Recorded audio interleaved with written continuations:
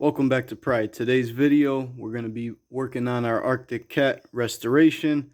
Today's video, we're going to be working on the seat. We took off the original leather off the seat. We had a lot of rips in there.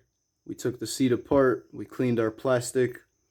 We're going to put that cushion back on, and we're going to replace the original leather with some synthetic leather that just came in today. So here we have our sheet of synthetic leather. It's a nice large sheet. This is pretty much a universal fit. This will cover almost any quad seat. This is a very large piece. We're not going to have no trouble with the size of this sheet.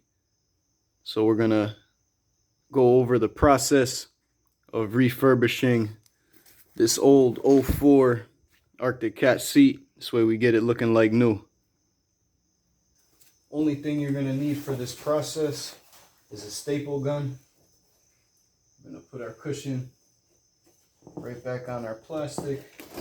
Still got a good fit. We got a little bit of ripping on the top and in the front, but nothing on the seam where it sits on our plastic. So we still got a nice snug fit on that plastic. That's important. That'll help out a lot with this process. This synthetic leather is also a little bit elasticy. You can stretch it as well. So for certain portions of this seat where you get that groove, that'll come in handy, being able to stretch it. So first we want to just mold this to the seat real well before we flip it over and start stapling. We'll probably start on the largest portion, which is the back here. Start stapling that down and then work our way up to the front, trying to get any creases out before stapling it down. Obviously, we're going to have to flip it over to be able to staple it. So it's a little bit of a tedious process. You want to take your time with this because it's really important, that end result. Alright, you can see here we started on the rear side of the seat and we just threw 3 staples in with our staple gun just to start on this back center. Once we get to the corners, that's where you really want to be careful. You don't want any creases ending up in your seat. So we're going to pull nice and tight.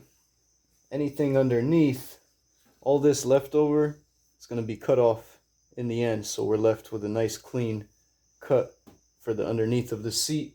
You don't want that fabric getting in the way. This is your latch right here that releases your seat. So we're going to cut off all the excess once we're done.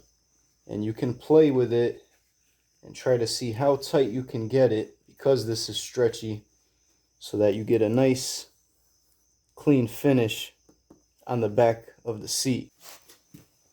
So you want to constantly go back to the top half of your seat. Make sure you got no creases while you're working. You want this seat to look brand new.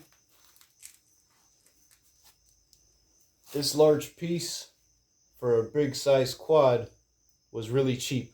I'll definitely put a link in the description below for anybody out there who's trying to redo their seat. Now we've gone all around our seat with our staple gun. Now we're just going to want to make sure to fill in any gaps where we can add in some more staples. See a pretty big gap over here. We angle our staple gun, add a staple in over there. We can add a staple in here. We don't want the staples right on top of each other, but we do want a good amount of staples.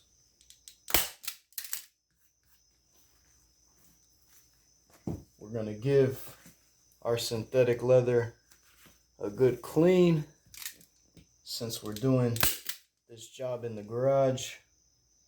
You can see a little bit of ripples in the underneath of the seat. That was to prevent any ripples on the top portion of the seat.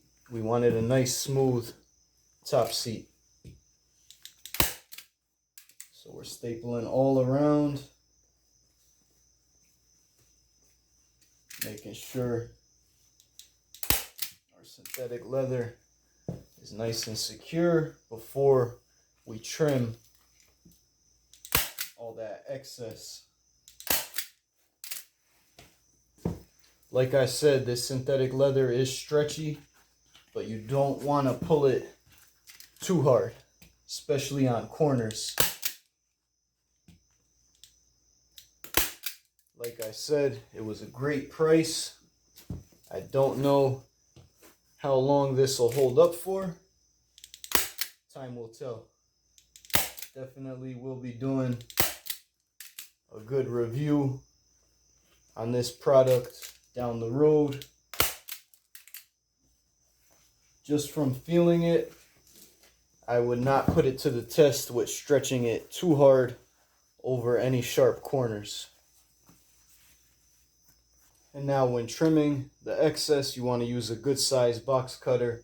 You can press right down onto the plastic. You won't do any damage to it.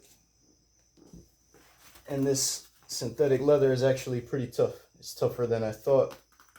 You want to use a nice sharp box cutter. And I'm also going to leave 1/8 to 1/4 of an inch of this material away from the staples that we put in.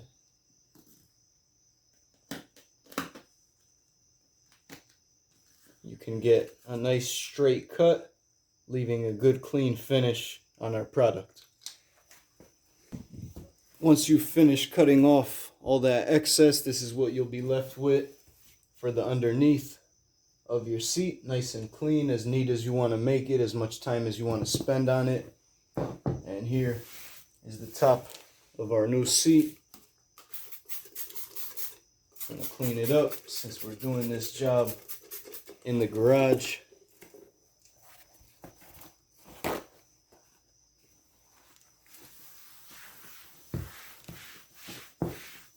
A brand new seat for an Arctic Cat, I'm guessing, is around $100, maybe even more for a brand new one.